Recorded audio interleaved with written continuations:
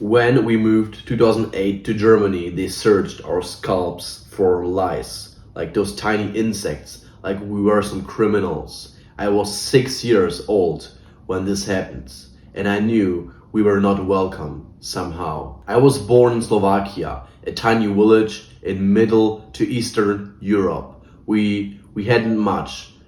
Everything was small, nature, similar to Germany, but we had each other. This was the main part of all. Then, 2008, my father was invited to come to Germany to work as a scientist, a thinker, a smart, professional person. We weren't refugees. We were asked to come. We arrived at some kind of government office. I couldn't remember what it was exactly, but it was very oddly shaped. Several officers around us, and I can remember one of them started to inspect the head of my dad. Like, can you imagine this? You arrive at Germany as an invited scientist to work there for an important project for the sun, and then they start to inspect your head.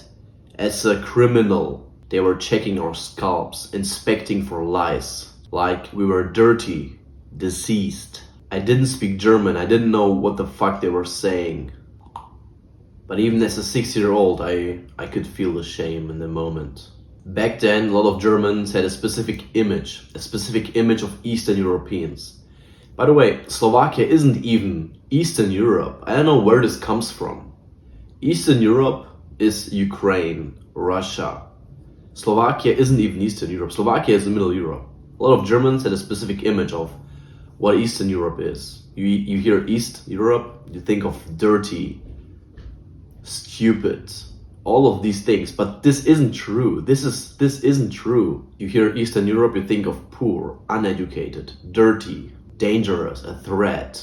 And even though my father was educated, smart, a thinker, we came legally to Germany, even though we were quiet, polite, respectful, they just saw the word Slovakia and they made up their mind.